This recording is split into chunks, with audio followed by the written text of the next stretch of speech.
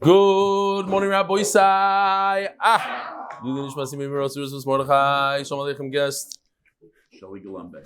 Shelly Golumbek. Shalom Aleichem from? Five Towns. Grew up in the same shul that I went to, the white shul. A good across the street. Let me just see if this was the guy that said anonymous. No, I don't think so. Oh, maybe. Okay, next email. Shmuel Landsman. Rebelli, I love you, share, and I'm so happy. I've learned so many mesechtas with you. Your story about Rav Vosner's mother was Anik Raznik.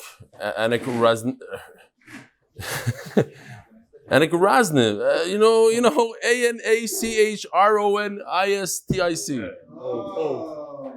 Over 100 years ago in Vienna, they didn't have women's only concerts. That's only in this generation.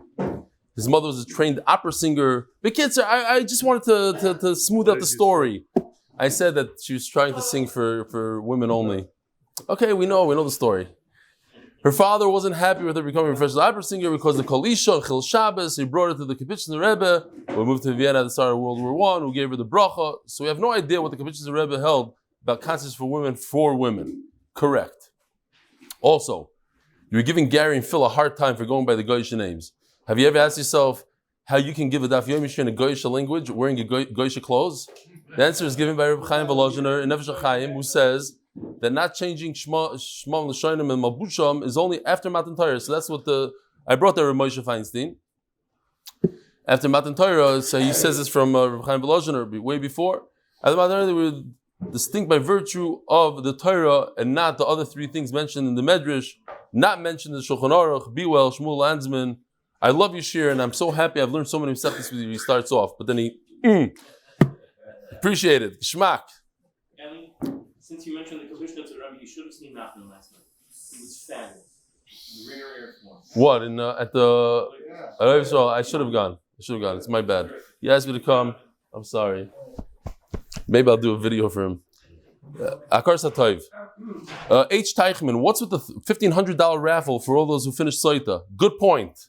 We got to do it. Someone has to remind me. You have to sign up, I think. You have to send in your name that you did it. It's based on trust. You have to go online. Go on the website. Find where it's hidden, says Yosef. One day we're going to have a good website. Be'ezer Hashem soon. Who says you can't have fun and learn? Stephen Ruff. He's a big part of the share. Steve, he has fun and he learns Torah, which brought this, two people brought this to my attention yesterday, that in Mishpachah, there's another thing about the shir. I'm confounded by Rabbi Feldman's objection to associating fun to limit at Torah. This is in the Mishpachah magazine. Go out and buy it right now. Some of the most effective Marbitzei Torah of our generation have attracted thousands of people to Torah learning. This made Avi Kamiansky's wife roll on the floor. Because learning Torah by making it fun, Rav Yitzchak Zilberstein, with his fascinating, very often funny stories in the V'Hayrav series, and Eli Stefansky in the same sentence, was incredibly popular. Daf Yomi come immediately to mind. That she did not appreciate. I fail to understand why fun is different than any other Shaloi L'Shma that we're commanded to embrace as a necessary first step. Lo'elam Yasko B'Torah Shaloi L'Shma. No one ever said that Torah is nothing more than fun, chas v'shalom. These individuals are merely using fun as a means of attracting people to Torah, and for that, I heartily applaud them. Shmuel min har. Something like that. Okay, Yishkoyach Mishpacha magazine, twice in 1 week. It's unbelievable. You should buy it immediately. The Koil is sponsored by Anonymous from Lakewood. The Masech is sponsored by Moshe Banda, to thank Hashem that I'm able to thank Him for everything that I have. Lili Nishmas Chaya Bas Yosef is the sponsor of the month. A second sponsor of the month, Lili Nishmas Zechrya b'Moshe. Parnassah, brain intact, should be zoicha, the nachzik dusha, tremendous success in all my endeavors. Second sponsor is zechus for my children, shalom, bayis, parnassah. I'm finding a house starting Daf Beis today. A house starting Daf today. I don't know what that means exactly. A third sponsor, be'ezras Hashem להצלחה ובברכה ברוחניות ובגשמיות למשפחת קטן שלום חינוך וקניית bayis. Oh, maybe it's the same people. Okay. For complete refuah, the art of the mother is sponsored for complete refuah for Chaim Tzvi Ben Leah. What do you have over there? You have something for me? Many learner son Shlomi got Mendy learner. You see, he went on Zoom one day, and that's what happens. So we're going to do Zoom today. Remind me that when I turn the page, we go on Zoom. Mazel tov, Mendy learner, Yishkoyach. We're holding like 13 lines from the bottom of Amud Beis, Amud Beis. Tanya, we're middle of a sugya, whether or not is selling or acquiring a get shikhr for a slave, is that an advantage or a disadvantage for the slave? Does the slave want to be free or he doesn't want to be free? Here's another email that has to do with the sugya. You can put this into the sugya by Moshe Gutman. He says, regarding what you mentioned about how slaves should be treated, here's the Rambam Hilchos Avodim Perek Tes. I'll read it real quickly. It's very long. You're allowed you're allowed to work a slave b'farach, like really hard. But even though the halach is like that, says the Rambam, midas chasidus v'darkei chachma she'adam rachman v'roidev tzedek. A person should use rachmanas. V'lo yachbedu loy al avdoi, and he shouldn't work him hard. V'lo yoytze lo v'yachilei v'yashkem kol machal v'chol mishta. Chacham Rishonim, the first Chacham, who you know in Levim called Tavsha Yochlim. Everything day 8 they gave the slave. They even give the slave before themselves, even though they don't have to. Don't embarrass him. The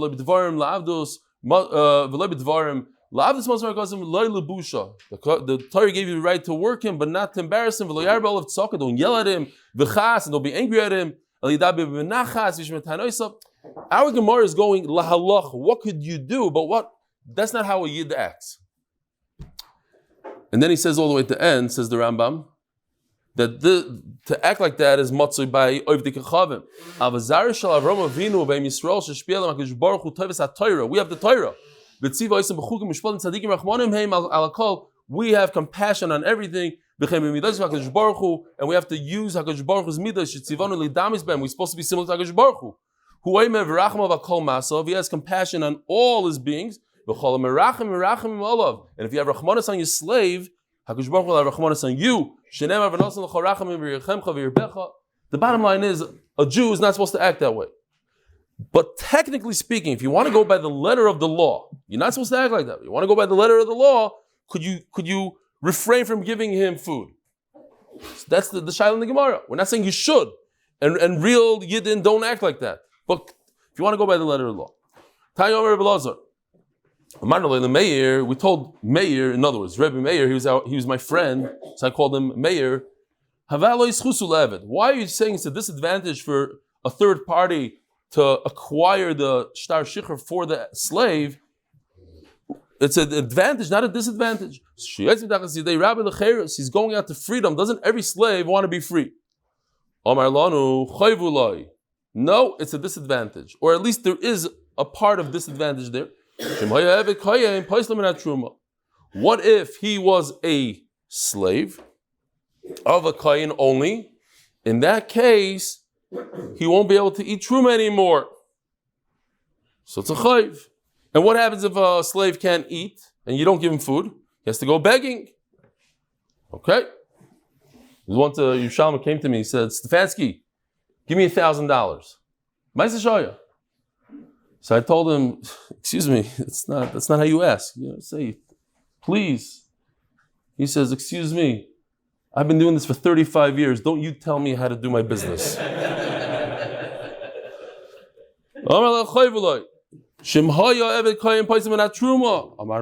we told him, at the end of the day, the master could say, I don't want to give you any food. So the Gemara now understands, what's this truma business? We kind of skipped ahead. But what's truma? Truma just means he eats a lot of food. The master gives him a lot of food. So we told him, what do you mean the master? He's a kohen, he's the slave of a kohen and can eat a lot of food. But at the end of the day, it's up to the master. The master can just stop it all, turn off the faucet, and he doesn't have any food. He can just say, I don't want to give you any food. Omar Lanu. And then he answers us, but what if he's a slave of a kohen and he runs away? Or similarly, because we're talking about the get isha also, if she runs away from her husband, this woman, they eat truma of zein oichel. But now you cause him not to eat by receiving the get on his behalf. He can't eat truma anymore. But for a woman, you can't receive the get because it's a disadvantage for her. She came because by you receiving the get for her, she no longer has support. Says the Gemara, how does what Remeir say answer what they were asking? So the Gemara very simple. And this is what we said the other day. You told me that the master has the right to stop feeding him, and therefore it's not a disadvantage if somebody else receives the get for him, because anyway, there's no support for the slave. But what are you going to answer me about truma? He still has the ability to eat truma. He can find truma anywhere. It's either for free or very, very inexpensive. There's no market for it. Anybody could grab it. Anybody that eats truma could just have it for peanuts. Maybe the master could just throw the get within Dalet Amis of him and automatically make him not eligible for truma. For that, I'll answer, no, you can run away. You won't be able to chase him and give him a get zechus. So by you receiving the get for him and claiming that it's a zechus for him, you're not doing the right thing. What's the baby's name again? Yeah, you had a problem when you were naming her. Yeah, I remember. But now you remember the name? I saw you like, what do you call her? Mimi. Oh, okay. What's her name again? Yeah. I would also have a problem with that. Okay. I'm not good with names, you know what I'm saying? Okay, good. Mazel tov. This is number 3. Wow. Okay. Elia is married to the daughter of the mashgiach of Gittin Yeshiva. Very nice. Okay. So Gemara. Okay,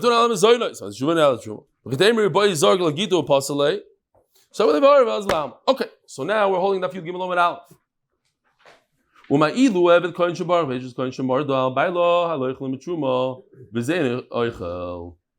Now, what if a slave runs away from his kohen master? He gets to eat truma. So by you receiving the get on his behalf, you're ruining it for him. No, so Rameh has a good taina. How could somebody receive a get shichur for a slave without his permission? He's giving him a disadvantage. There's a downside. It's a negative. It's not good. And now we can understand the words in the Mishnah. The Mishnah says he's his property. The slave is property, just like an animal. So what does that mean? If the master wants to stop him from eating truma, if he so desires, he could receive payment of a minimal payment, whatever that means, a pruta, 4 zuz, call it whatever you want. It's just the way the Gemara talks. I could take 4 zuz from you. I'll say, listen, I have a runaway slave. He's not very loyal. He runs away. He has a tendency. But I'll sell him to you for 25 cents. You might take that risk for 25 cents. What if I find him? What is it? Okay. Or you're my friend.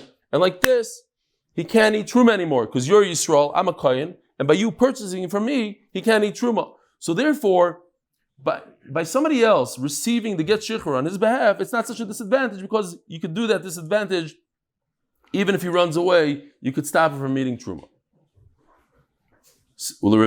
Now let's just understand. His whole taina was on a very, if you dive in here the second minyan, I say this a lot, you'll see, many times you don't have a kohen. You have 50 adult men and not a single kohen. In other words, a very, very small percentage of the population. I don't know what it is. It's less than 10%, I would say. What? Not the 6:30 minyan. Not the 6:30 minyan. I know. The 8 o'clock minyan, unfortunately. But they're not that many of them. So why is Rameir saying, oh, if there's a slave of a kohen, and what if he's a slave of Yisrael? You don't have this taina that it's a disadvantage because he can't eat truma. What about a regular eved?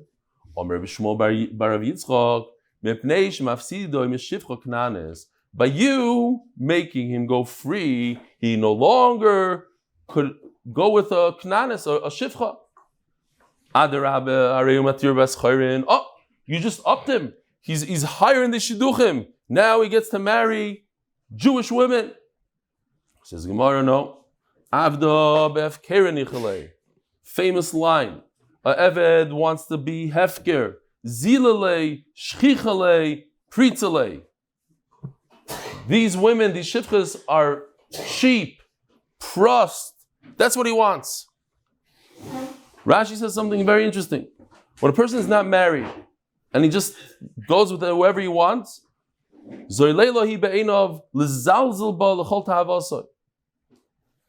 disrespects her. There's no respect there. Maybe there's taiva, but there's disrespect. I think it's a very, very powerful thing. That don't look over there, oh, he's able to do all his taivas. No, but it's disrespectful. They don't respect each other. It's zilalei. It's cheap. Shchichalei, pritzalei. Okay. Zog the Heilige Mishnah. Sponsored by Joel Friedman, Lila Nishmas, my dear father, Chaim Avram Shalom Yeruchim, Ben Yisrael David, Olav Shalom. Again, these are all things, we're basically chazering. We learn and chazer. We spoke about all this. We're familiar with it. But don't worry, we'll have chidushim that you never heard of today on our daf as usual. Hoimet nu get leishti. Rashi takes out the word zeh. A general statement. Give a get to my wife. In other words, the shliach never received it. He just said, listen, give a get, not zeh. Zeh would mean that the shliach received it, maybe. No shliach, he doesn't have anything to give her. Shtar shichrur la'avdi. Vameis. Give this shtar of redemption to my slave, but then the master or husband died. You can't give a get to a woman after her husband died. Get is between a husband and wife, and if there's no husband, he's dead. She's already koine herself, right? So it doesn't work. There's no get after death. A get would help. That's the whole sugya. For Yibum, I'll show you the slides. If you're new to the shir, you'll see a slide of Yibum soon. So, if the guy that dies, we'll just show it now instead. Why not? We won't show it later. Here. If someone's married to a woman, and he has a brother, the Baldwin brothers, and the guy married, he goes bye-bye. So his wife, who typically is usher to the brother-in-law, to Shimon, now falls liyibum. He has two options. Either he gives her chalitza, she removes his shoe, or he's miyaber and he marries her. So if a husband is concerned, this guy on top is concerned that his brother, who's a no goodnik, is going to marry his wife. His wife hates him, so he gives her a get. But it's too late. He died quickly. So that's it. You can't give her a get after Misa. I'll just explain why you would want to get if he's already dead and they're not married. Very interesting, because the Rosh Koil came over to me afterwards and he said, Taka, Rashi in Daf Tes. Amud Beis says, like you said. Over here, Rashi takes it back. And Tosfos on Daf Tes Amud Beis brings this Rashi, and he says, Rashi takes it back. That what? Rashi said a tremendous chiddush on Daf Tes Amud Beis, brought it out in the shir, that if a third party receives a get and tries to acquire the get shichr and free the slave, he could acquire it, but the slave doesn't become free until the slave receives the get in his own hands. All he accomplished is that the master can't take it back. I received the get for the slave, now the master can't take it back. No, but I have to give it to the slave. The other Rishonim that say like that as well. So he says, he has Bikasha Rashi, and he says, look at this Rashi over here. Check out this first Rashi in the Mishnah, the last words. Rashi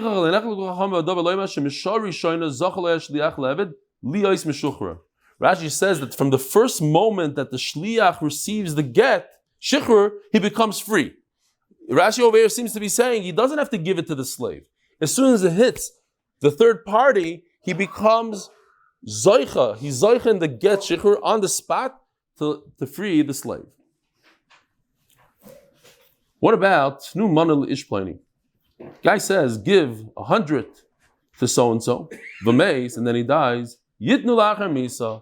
That case is different than a get and a shtar. Shichr, you could listen to the guy that's dying and give his friend money even though he died before the money was received. Here's a halach in the name of Rav. I'm going to have a few halachas in the name of Rav. V'hu shetzburin umunachim bekeren zavis. This halacha, that if I say, or not me, if a person says, give that money to so-and-so, it works even if the person saying it dies, is only if the money, you see the money, it's in a pile. So we have to understand that. But before I understand it, I just want to tell you the quick story. I might have said it a week ago, but if I did, a guy was walking in the desert and he sees a $100 bill. So he picks it up and there's a little note underneath. It says, dig 5 feet further. So he digs 5 feet further and he finds $1,000 and it says, dig 5 feet further. So he digs another 5 feet and he finds $10,000. And then it says, dig 5 feet further. So he digs another 5 feet further and he finds a note and it says, now try to get out. And what's the mashal? The nimshal. The nimshal is that we work and we earn more money, another $1,000, another $10,000, and suddenly we find ourselves in a pit, in a hole. We spend less time with our family, less time with our spouses, less time with our Gemara, and now try to get out. Zog the Gemara. So this is money, sover b'keren zavis. The money is here. You see it. It's tangible. Says Gemara, what are you talking about? Tell me exactly the case. We're talking about a nice, healthy person, and suddenly he got killed by a car accident. Who cares that it's in a pile? We know that in order to acquire any kind of chayfetz in the world, you have to take action. You have to do meshicha, you have to do agbah, you have to lift it up. A person cannot give a gift to another person just by saying something. You can't say, oh, you see that $100, it's yours. It's not yours. Until that person doesn't do something and lift it up, it's not his. So just because he said that $100 is in the corner, and he pointed to it, and it's in the corner, he said so, that's not enough. So you must say, Vela b'shchimera. The special halacha when it comes to a person that's on his deathbed. He's on his last breath. And we don't want him to die. We don't want him to lose his mind and be concerned about money issues. So whatever he says, he goes. If that's the case, it's burin, so why do you have to say it's in a pile? And this is a very important question because this is what we're going to be dealing with today. Why is it in a pile? Even if it's not in a pile,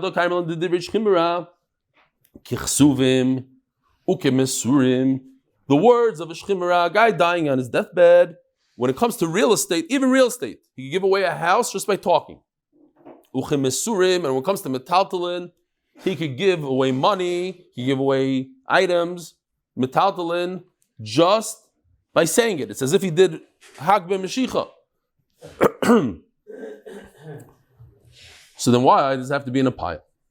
So we have two tirutzim. Omer azvid, loylam bebari. We're talking about a healthy person. Ukaderavun omerav. Domeravun omerav. Rabbi Sai, we're going to learn a sugya called the mamad shlashtan in front of 3 people. So if you didn't know what that is, you're going to know what it is in a minute. It's very, very simple, but it's a new concept. Says Rav, another halach. Teneu loy leploini b'mamat shloshton kana. Here it is.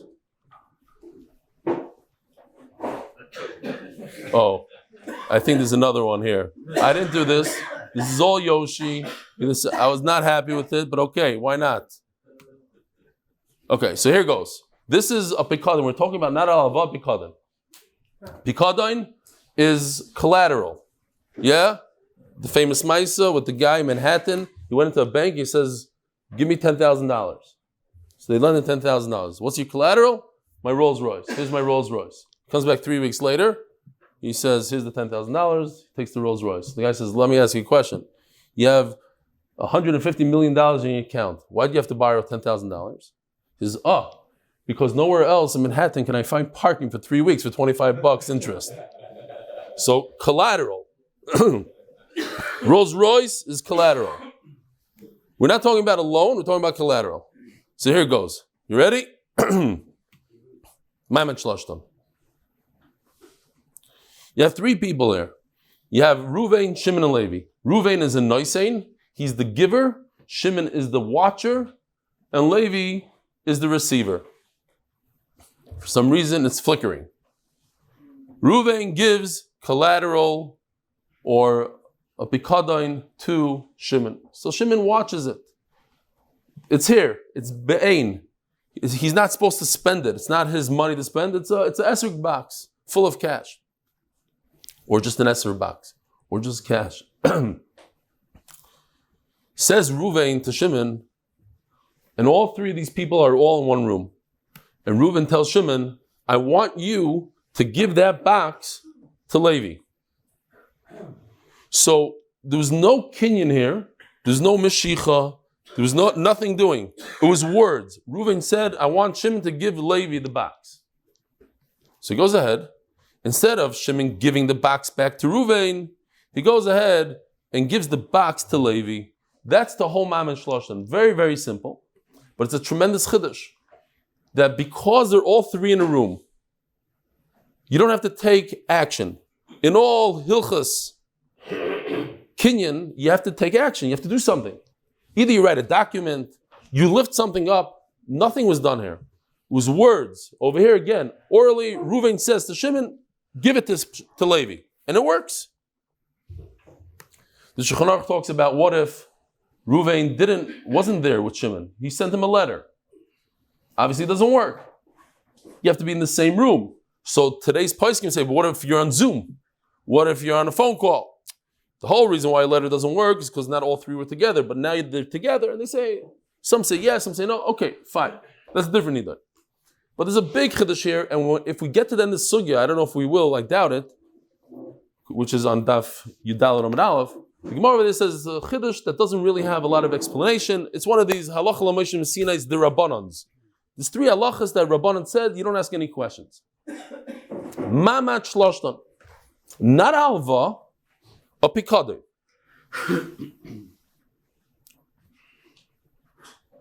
Says the Gemara, and that's what happened in our Mishnah, says Rav Zvid. You know why there's a pile of money? Because we're doing a mamat shloshtan with a pikadon. I need a pile of money because it's a pikadon. It's not a loan, it's a pikadon, and I want to be able to give tnu manalish pliny. Reuven says, I want Shimon to give the money to Levi, and then he dies, you give it even though there's no kinyan done here. So it's a mamat shloshtan halacha. Before the money was given to Levi. Reuven says to Shimon, give the money to Levi, and he drops dead. And then Shimon has to give it, even though there's no kinyan. Says Taisa, similarly, you'll have the same halacha by get and by get shichur. No, it doesn't work with words, with a shtar. It only works with an object.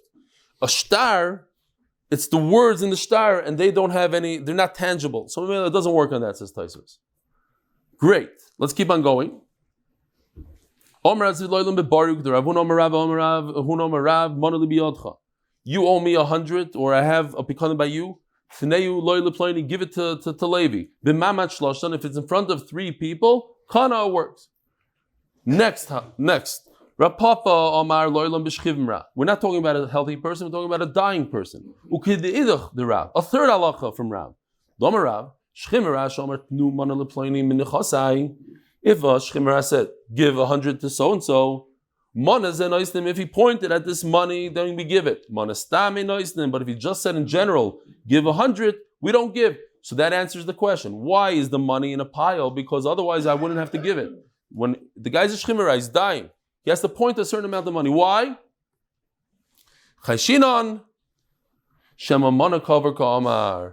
So we're concerned, says the Gemara, that perhaps his reference was to 100 that's buried somewhere else. It's in another bank, not this money right over here. We're not concerned about hidden money. When a shchimra says give 100 to so and so, give him any 100. Doesn't matter. The famous bayis with the Chaim Kreisworth, when he was in the concentration camps, a guy told him, "Listen, I'm probably not going to survive. I have a lot of money in my safety deposit box in Switzerland. Here's the code. All you need to know is these numbers. You walk into this and this bank. That's the code.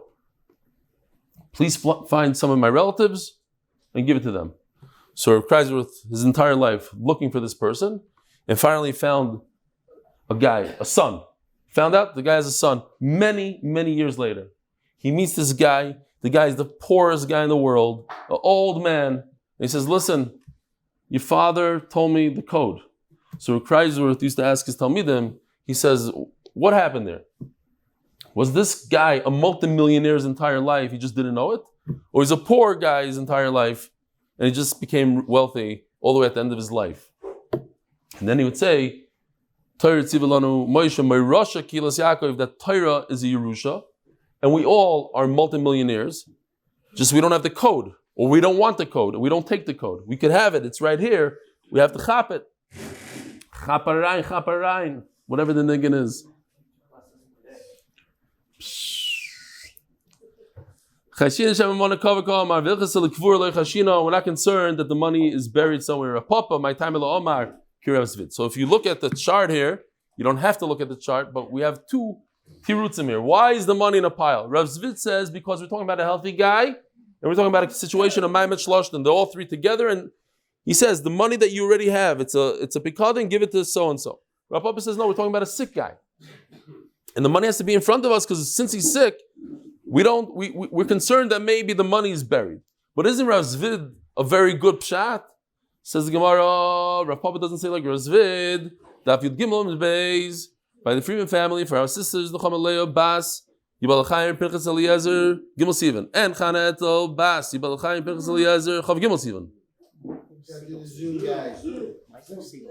Oh, we're doing Zoom because we have 8 minutes left. Michael Siegelstein from Vegas. Let's see if we can patch you in. A Yid in Vegas. He's from Borough Park originally, I think. Are you able to get him on? Shalom Aleichem. We don't hear you. Oh, they hear you on Zoom. What doesn't do us any good, Gary. Somebody's driving a car on Zoom. All right, we'll have to go back a different time. Maybe it's Bashert. Well, somebody's going to have to speak to Avi Factor, and then we'll get him back on. You can schmooze with him? You're gonna have to go into his office after shir. Kasav Rav Papa. The reason why Rav Papa doesn't say like Rav Zvid is because Ki Omar Rav Loishna b'milva v'loishna b'pikadon. So let's just do this for a second. Rav says his halacha in this case as well. In other words, even if Ruvain is not a noisen and a mafkid and a makabel, we're talking about a regular loan. You guys notice the smoke coming out of Ruvain's cigar? He gives him a loan. Ruvain could tell Shimon, the loiva, the borrower, I want you to pay the loan back to Levi. Instead of paying it back to me, I want you to give it that way. So then it doesn't work. Says the Gemara, Rav Zvid, my time Papa. So how come we don't go in reverse? Says Rav Zvid, Rav Papa is saying that the guy is dying, but our Mishnah obviously is not talking about a dying guy. How do I know? So it's a long raya, very, very simple one.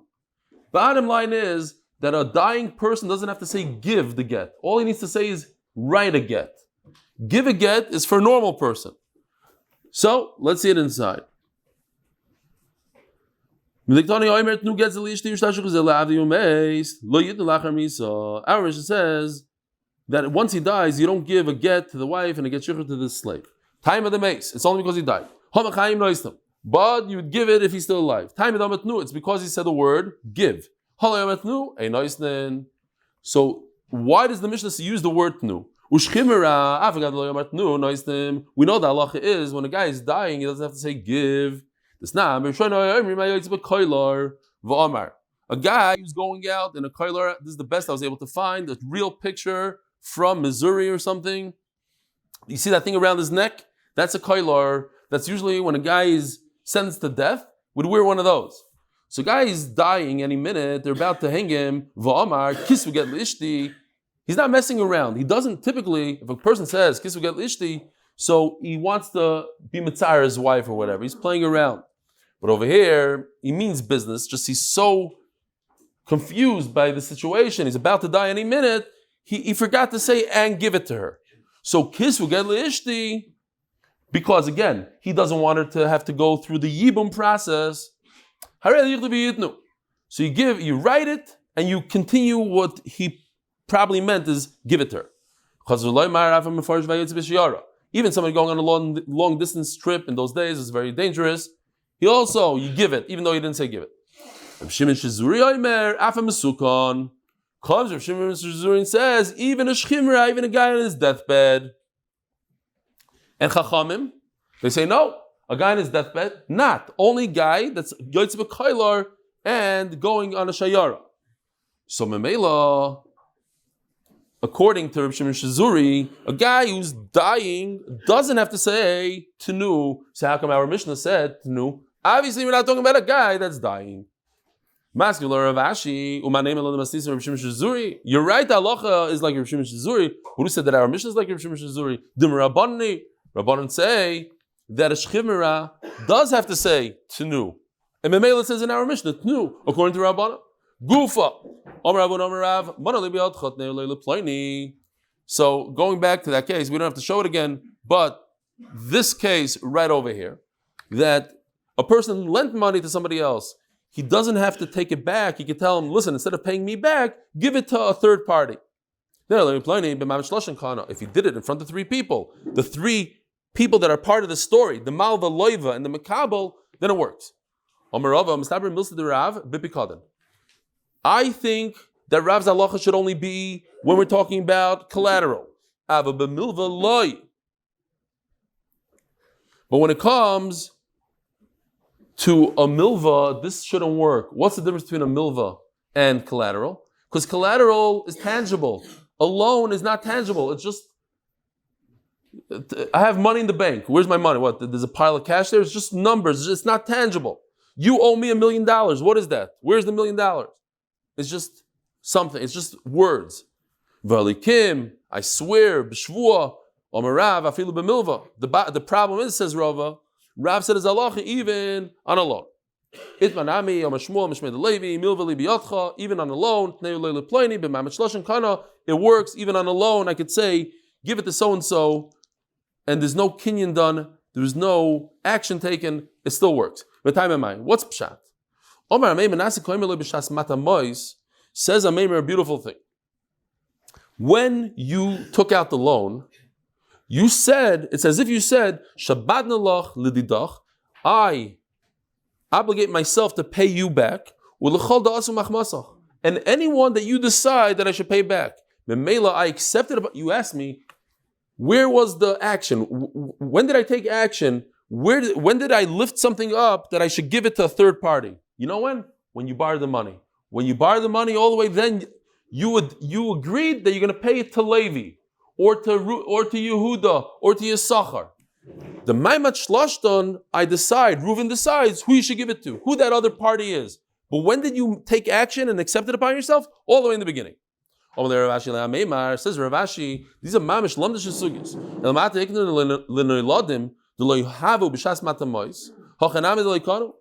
Says Rav Ashi, unbelievable. What you're telling me is that you borrowed money in 2020. You said you're going to pay it back to anybody that you decide you want me to pay it back.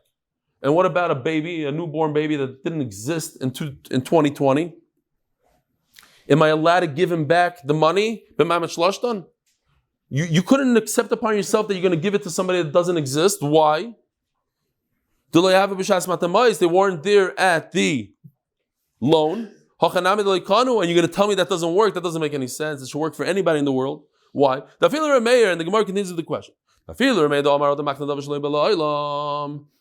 Remeir holds that you can transfer, you can convey something that doesn't exist, like fish that I'm going to fish tomorrow in the lake. If I catch a fish, I'm conveying it to you now and transferring ownership right now to you. But it didn't happen. Remeir holds I could do it. But that's because I'm conveying it to somebody that's alive. I'm transferring to you and you're alive. But Remeir admits that I can't give a fish to an unborn baby. I can't say, the fish that I'm going to catch next year, I'm going to give to the unborn baby that doesn't exist today. That Remeir agrees that it doesn't happen. That he doesn't say the person has to be in existence. Top of your dollar amount.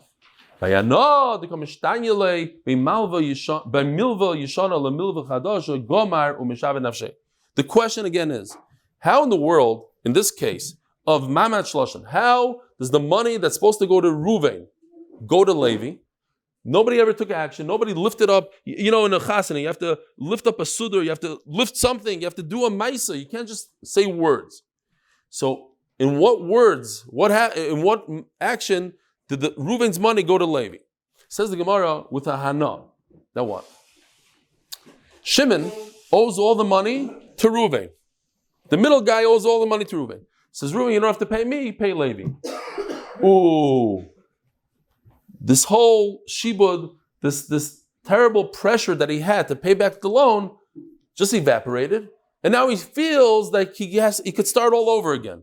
Now he has to deal with a new guy, Levi. Levi's not going to come to him that day and say, hey, pay up. He's going to get 30 days. He's going to breathe now. So that extra breathing room is a hana. And with that hana, he's mishabed himself to pay Levi. The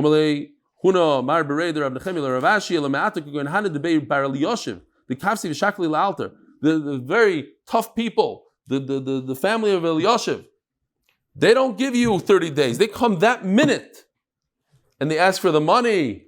So you're going to tell me that you're not koina? So you're going to say that, hold on a second. So what's the problem? That there's a hana. But Eliashiv, there's no hana at all. I have to pay immediately. Instead of Reuven, I have to pay Levi that minute. There's no hana here.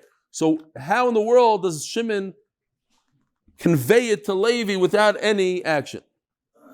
If you're going to say yes, that Eliashiv family is different, so I guess we could stop here. But before we stop, I just want to say, because we said Rebbe Eliashiv, Bar Eliashiv, I just want to tell you a quick story about Rebbe Eliashiv.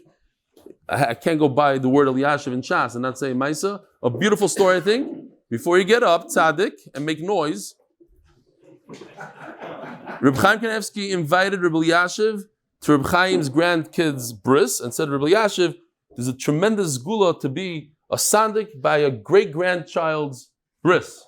So Rebbe Eliashiv wrote him back and said, there's a bigger zgula to learn a daf Gemara. Torah is the best zgula, and we should remember that. Instead of flying to different countries, maybe chape Gemara, instead of going to, you know what I'm talking about. Have a great day. Have a wonderful day. Yishkoyach.